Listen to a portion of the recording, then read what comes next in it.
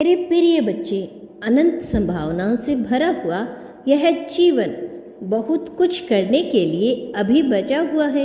बहुत से कार्य, बहुत सी चीज़ें अभी भी शेष है, किंतु जो मनुष्य कुछ कर सकता है वह सब कुछ करने के लिए अभी उसे बहुत लंबी दूरी तय करनी है। अभी उसे अंश मात्र भी अपनी क्षमताओं का ख्याल नहीं है। मेरे प्रिय, तुम्हें कुछ ऐसी चीज़ों को अभी करने से बचना है जिसके लिए मनुष्य उद्देश्य लेता है। प्रिय बच्चे, यह समझने का एक नज़रिया तुम्हें विकसित करना होगा, क्योंकि तुम अपने जीवन को मुक्त और सुरूप से जीना चाहते हो, ना किसी धारणा, ना किसी दास्ता के बंधन में बंध कर। लेकिन तुम्हारा जो जीवन अभी व्यतीत हो रहा है यह मुक्त होने से कोसों दूर है। इसमें एक दबाव है, ऐसा दबाव जो तुम्हें पीछे धकेल रहा है, और तुम्हें किसी भी हाल में पीछे नहीं होना है। वो दिन दूर हो गए हैं जब तुम तकलीफ़ों से हार जाया करते थे, तकलीफ़ों के सामने झुक जाया करते थे। अब तुम मजबूत हो चले हो। वास्तविकता में तब भी तुम मजबूत थे, लेकिन परिस्थितियों के आगे तब तुम्हारी एक न चलती थी। पर अब समय है और काल दोनों बदल चुके हैं, मनोभाव बदल चुके हैं, तुम्हारे सोचने समझने के नज़रिए में भी विकास हुआ है। प्रिय बच्चे, तुम्हें मुक्त और स्वस्थ होकर जीना है। ऐसे जीना है मानो तुम पर ना तो किसी का दबाव हो, ना ही किसी का बोझ हो, और ना ही कोई कार्य शेष हो, ना ही कोई आशंका हो। कुछ हो जाने को तुम बचे हो, और ना पहले तुम कुछ हो जाना चाहते थे।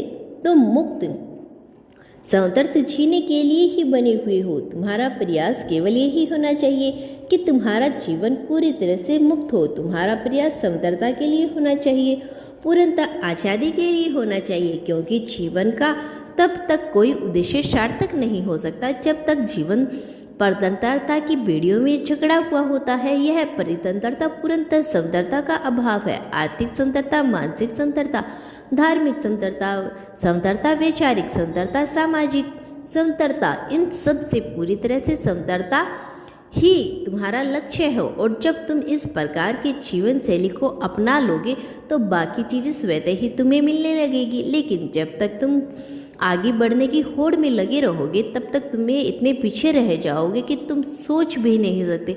जो मनुष्य आगे बढ़ने की चाह नहीं करता, केवल स्वतंत्रता की तलाश करते हुए स्वयं को बेहतरीन बनाता रहता है, स्वयं में रुचियाँ उत्पन्न कर कर वह स्वयं को ही तराशने का कार्य करता रहता है, तब तक वह प्रगति पाता रहता है। मेरे प्रिय बच्चे, तुम्हें इस स्वतंत्रता को तलाशना है। आर्थिक स्वतंत्रता का धन को इस प्रकार से समाहित करना है कि कभी धन का विचार ही ना करना पड़े, या तो इतने धनी धन का विचार करना ही ना पड़े।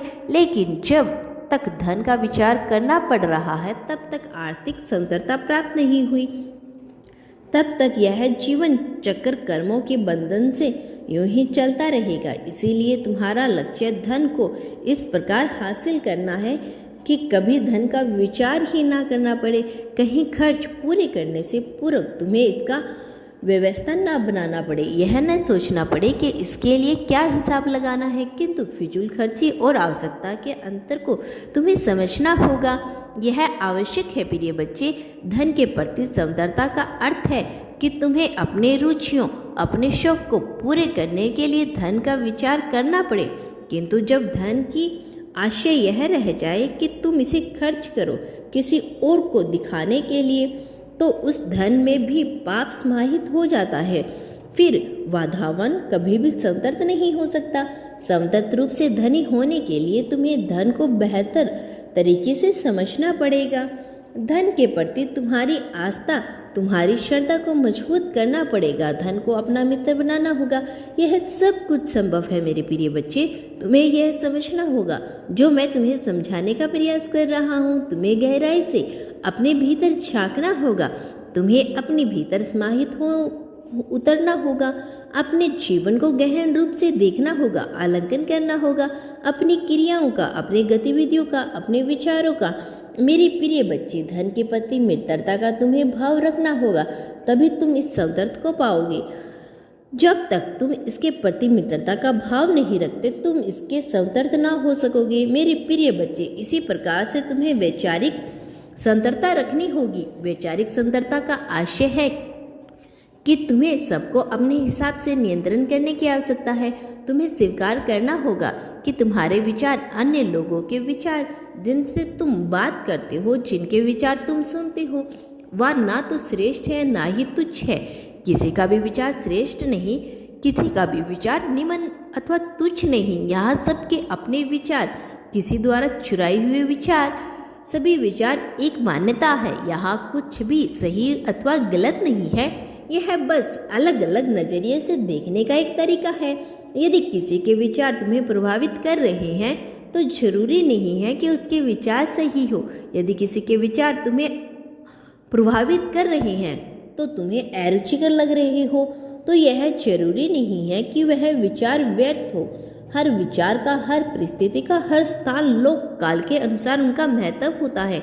तुम्हारे विचार दूसरों के विचारों से भिन्न हो सकते हैं, किंतु तुम्हें किसी के विचारों को छोटा नहीं मानना चाहे तुम उसके विचारों को स्वीकार करो अथवा नहीं। तुम्हें उसकी कटाक्ष नहीं करना, तुम्हें उस प्रतिक्रिया का जाहिर कर सकते हो, किंतु किसी को गलत अथवा सही नहीं ठहरा सकते, क्योंकि मनुष्य जो सोच रहा है और जिस सोच तक पहुंच रहा है वह मानव जीवन के विकास क्रम का अभिन्न अंग है, मात्र भी नहीं है। अभी तो कुछ उजागर होना शेष है। इसीलिए मेरे बच्चे, तुम्हें अपने भीतर वैचारिक संतरता लानी ही होगी। अपनी बातों को सिद्ध करने के लिए, स्वयं को सही साबित करने के लिए दूसरों से बहस करना, दूसरों के साथ अलंगन वातावरण में पड़ना निरर्थक, व्यर्थ, महत्वहीन है और पाप कर्म है। पुण्य का कर्म तो यह जानना है कि यह संसार विभिन्न प्रकार की गतिविधियां, विभिन्न प्रकार के मतभेदों और विभिन्न प्रकार की बहुत आध्यात्मिक क्रियाओं से भरा पड़ा है। यहाँ तुम्हें एकांतता देखने को मिलेगी, लेकिन इसका यह अर्थ नहीं है कि कोई मान्यता सही हो अथवा गलत हो।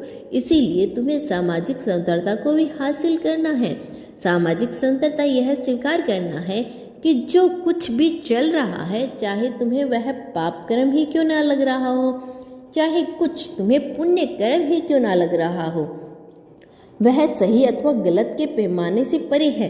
तुम्हें कहीं हिंसा दिख रही है, इसका अर्थ नहीं है कि समाज, यह संसार, यह सृष्टि, यह ब्रह्मांड पाप से भर चला है।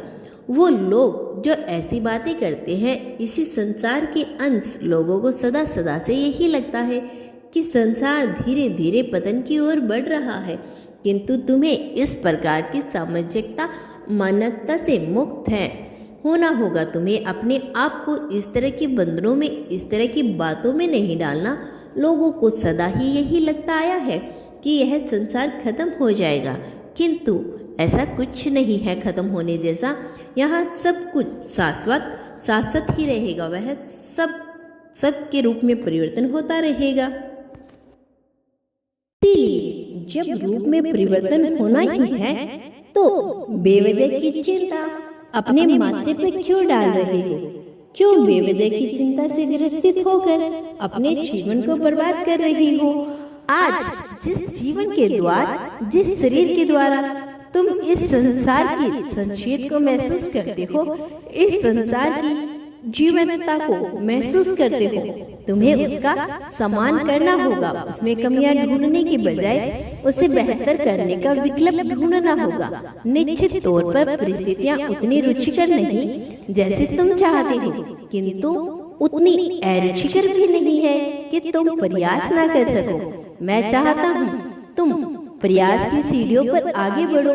सफलताओं की ऊंचाइयों तक तुम कब पहुंच जाओगे, तुम्हें इसका अंदाजा भी नहीं है।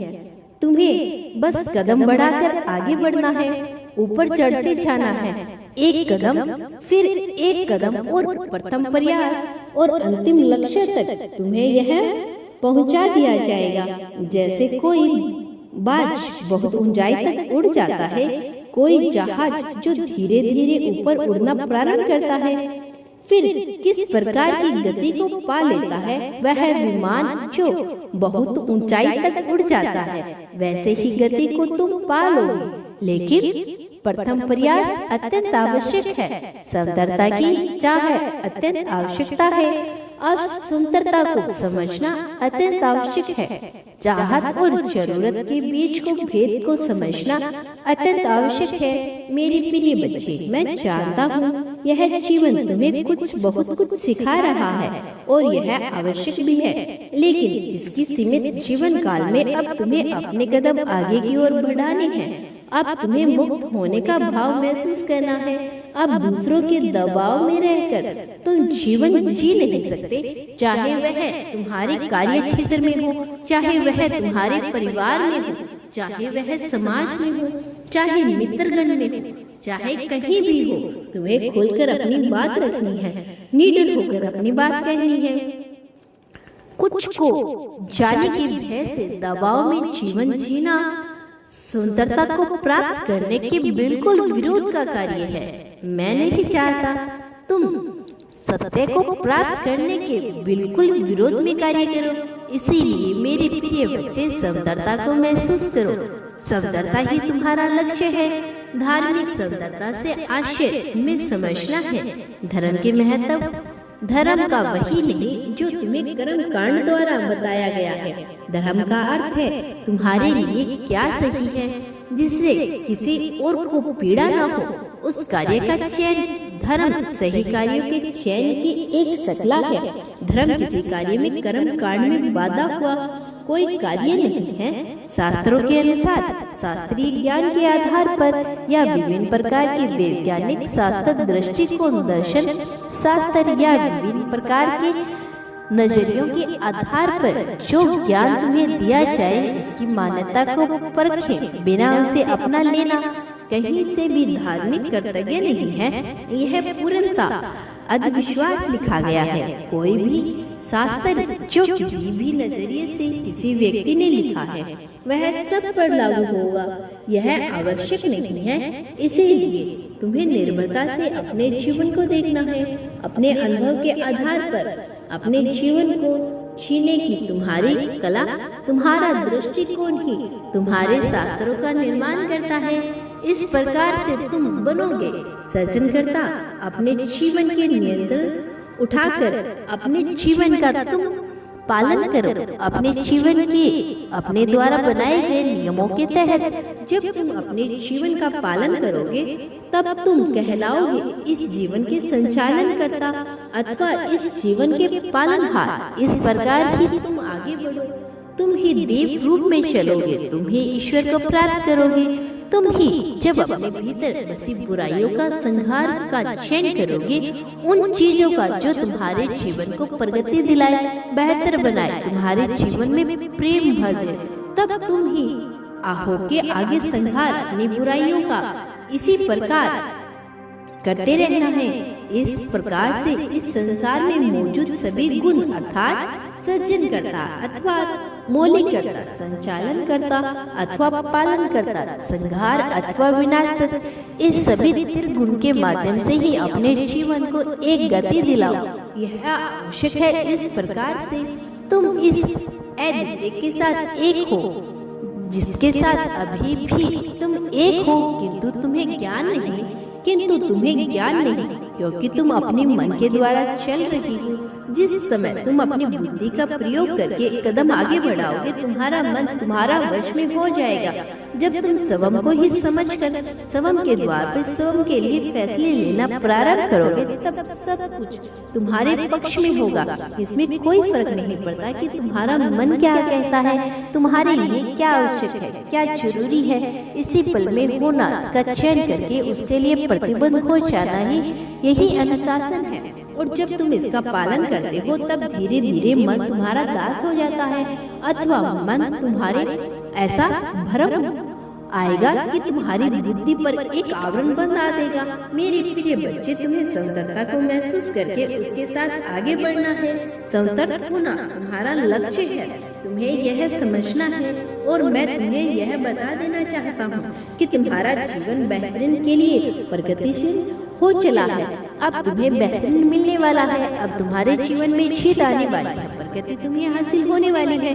जिसकी तुमने चाहे की अब वह तुम्हारे जीवन में तुम्हें प्राप्त होगा। तुमने जिस जीवन की कल्पना की है उसे अभी बेहतर जीवन अब तुम पाने वाले हो। इसीलिए मेरे प्रिय बच्चे, इसी क्षण, इसी पल में, इसी वक्त संख्या 222 तुम्हें लिखना है। संख्या 22 इस पल में तुम्हें लिखना है, साथ ही अपनी जीत को दर्शाना है। मेरे प्रिय बच्चे, तुम्हें यह लिखकर अपनी जीत को स्पष्ट करना है। संख्या 1176 तुम्हारे लिए आवश्यक है। धीरे धीरे तुम्हें बहुत कुछ मिलने वाला है। एक बात सदा याद रखो, तुम इस संसार में जो कुछ भी बांटते हो बदले में अपने लिए वही प्राप्त करते हो। प्रेम, धन, त्याग, सफलता, समृद्धि, दुख, सुख, असोच, निराशा, आशा, उपेक्षा, अनपेक्षित, चतुरता, दुराव। तुम जो कुछ भी बांटते हो वही कई गुना ज्यादा होकर तुम्हारे पास लौट कर आता है। तुमने कार्य प्रारंभ कर दिया, मैं यह देख रहा हूँ और जल्द ही तुम्हें यह समझ आ जाएगा। जल्द ही तुम्हें इसके बदले में बहुत ज्यादा मिलेगा। तुम भाग्यशाली हो कि तुमने बांटने का विकल्प चुना। तुम अब पाने वाले ही श्रृंखला में सबसे आगे रहोगे। जब यह होगा चमत्कार बरसेगा। जब यह होगा तुम्हारे जीवन की महिमा हर जगह फैल जाएगी, क्योंकि तुम इतना प्रभावशाली जीवन जियोगे। धन, धर्म, समाज, प्रेम, सभी प्रकार के संकट और मुक्त होकर जीवन जीने का जो तुम्हारा लक्ष्य है तुम उसे हासिल कर सकोगे, क्योंकि तुमने बांटने का विकल्प चुना है। तुम यह जब कर रहे हो तुम अपने लिए आशीर्वाद प्राप्त कर रही हो। जीवन को बेहतर बनाने की क्रिया तुम प्रारंभ कर चुके हो। तुम्हारा उद्धार निश्चित तौर पर होगा। सदा याद रखना, मैं हर पल तुम्हारे साथ हूँ। मैं हर पल तुम्हारे साथ हूँ, हर पल तुम्हारे साथ रहूंगा। मेरे आने वाले संदेशों की प्रतीक्षा करना, मैं अवश्य आऊंगा तुम्हारा मार्गदर्शन करने, तुम्हें जीत दिलाने, तुम्हें जीत की राह पे ले जाने के लिए, तुम्हारी अंगुली पकड़कर तुम्हें सत्य की जीत की राह पे बढ़ाने के लिए। मेरे प्रिय बच्चे, सदा सुखी रहो, लोगों में खुशियाँ बांटो, इस जगत में कल्याण होगा।